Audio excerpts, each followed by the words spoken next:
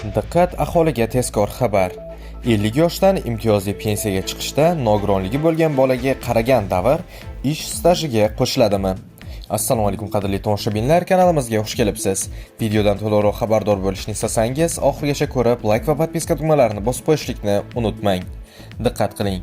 Nogironligi bo'lgan bolani 8 yoshgacha tarbiyalagan onalarga pensiya tayinlashda talab qilinadigan 20 yillik ish stajiga bolaga qarab parvarish qilgan davr ham qo'shib hisoblanadi. Muhim eslatma: ushbu davr ish stajiga qo'shilishi uchun fuqaroning kamida 7 yillik rasmiy ish staji bo'lishi kerak.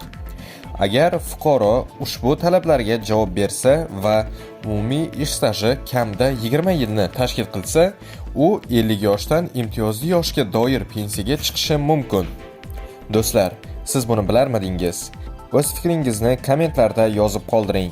Video yoqqan bo'lsa, bir dona like bosib, kanalimizga obuna bo'lib qo'yishlikni unutmang. Xayr, sog' bo'ling.